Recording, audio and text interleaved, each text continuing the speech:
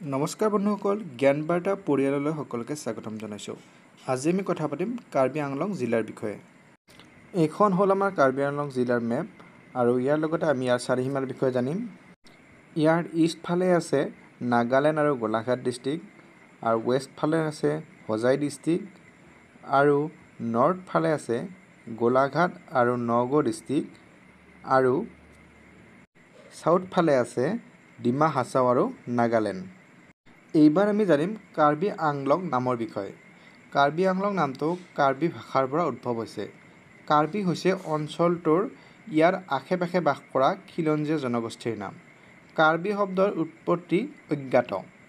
আংলং কাৰ্বি ভাষাত পাহাৰ বা পাহাৰৰ সমৰূপ। কাৰ্বি আংলং শব্দটোৰ আক্ষৰিক অৰ্থ হৈছে কাৰ্বি পাহাৰ। এতিয়া আমি আৰু দুটামান ইম্পৰ্টেণ্ট কথা জানিম। আৰু আমাৰ কাৰ্বি আংলং ডিষ্ট্ৰিক্টৰ প্ৰথমতে নাম আছিল মিকিৰ হিল, আৰু ইয়াক ক্ৰিয়েট কৰা হৈছিল 2 ফেব্ৰুৱাৰী 1970। তাৰপিছত 1976ত কাৰ্বি আংলং হিচাপে পুনৰ নামাকৰণ কৰা হয়। আৰু ইয়াৰ হেডকোৱাৰ্টাৰ হ'ল ডিফু। আপোনালোকে ইয়াত চাই লওক, ইয়াত লিখা আছে। আৰু লোকসভা কনষ্টিটুৱেঞ্চি ইয়াত লিখা আছে। বিধানসভা হ'ল আমাৰ বোকাজান আৰু হাওৰাঘাট আৰু ডিফু। আৰু কেইটামান ইম্পৰ্টেণ্ট আমাৰ তথ্য আছে, যিবিলাক আমাৰ 2011 চনৰ লোকপিয়ল মতে লোৱা আছে।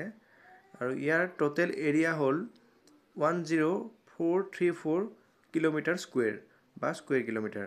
আৰু পপুলেশ্যন হ'ল 660955। ইয়াৰ ডেঞ্চিটি হ'ল 63 পাৰ স্কুৱেৰ কিলোমিটাৰ। আৰু ডেম'গ্ৰাফিক হিচাপে লিটাৰেচি আমাৰ ৰেট হ'ল 96.53, আৰু ছেক্স ৰেচিঅ' হ'ল 1753। এইখিনি আমি জানিব লাগিব।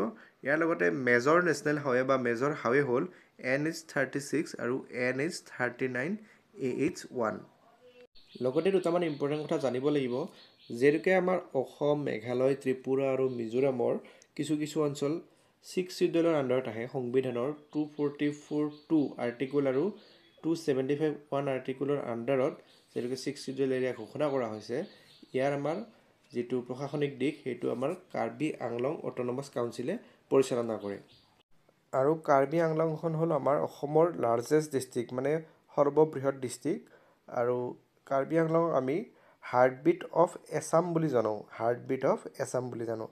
আৰু ইয়াৰ কাৰণ হ'ল কি, মানে 40% অফ কাৰ্বি আংলং ডিষ্ট্ৰিক্টৰ মানে ফৰেষ্ট আছে।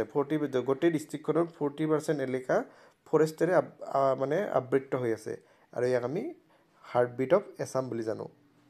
কাৰ্বি আংলং জিলাৰ কেইখনমান বিখ্যাত ঠাই হৈছে ভেলুঘাট জলপ্ৰপাত, গৰমপানী বন্যপ্ৰাণী অভয়াৰণ্য, কাংথিলাংছো জলপ্ৰপাত, নামবৰ বন্যপ্ৰাণী অভয়াৰণ্য, সিংহাসন শৃংগ, আৰু এইটোৰ উচ্চতা হৈছে 1360 মিটাৰ, আৰু এইটো হৈছে গোটেই জিলাখনৰ ভিতৰতে মানে উচ্চ এটা শৃংগ।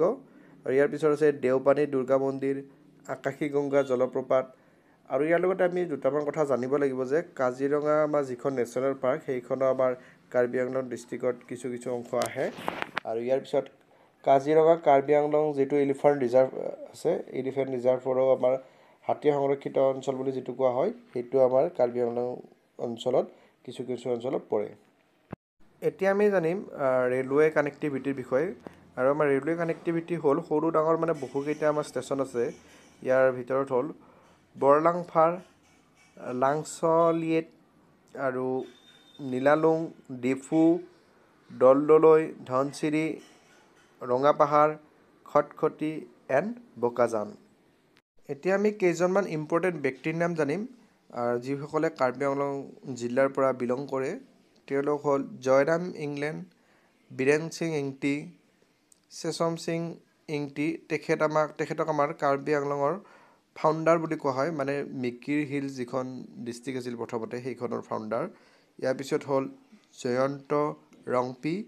ইয়াৰ পিছত আৰু ইম্পৰ্টেণ্ট নাম হ'ল সমীৰ তান্তি। আৰু সমীৰ তান্তি হ'ল আমাৰ এইবাৰ যি সাহিত্য একাডেমি এৱাৰ্ড তেওঁ পাইছিল, ফৰিংবোৰে বাটৰ কথা জানে বুলি এইখন গ্ৰন্থৰ বাবে। ইয়াৰ পিছত হ'ল ৰংবং তেৰাং। তেখেতে পদ্মশ্ৰী এৱাৰ্ড লাভ কৰিছে, আৰু তেখেত এগৰাকী ভাল ঔপন্যাসিক।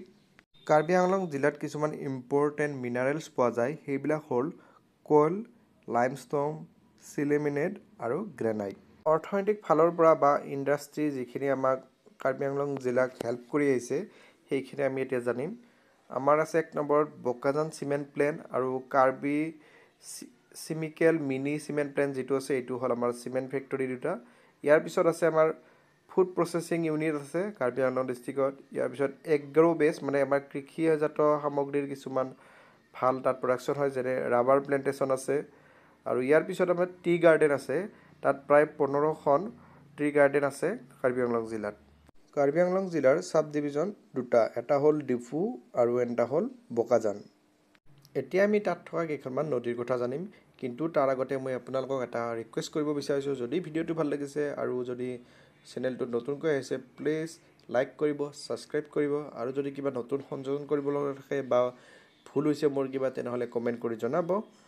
এতিয়া তাত থকা ইম্পৰ্টেণ্ট ৰিভাৰকেইখন হ'ল Dhansiri river, Kopili river, Kaliyani river, Jamuna river আৰু বৰাপানী ৰিভাৰ। গতিকে বন্ধুসকল আজিলৈ বাই বাই।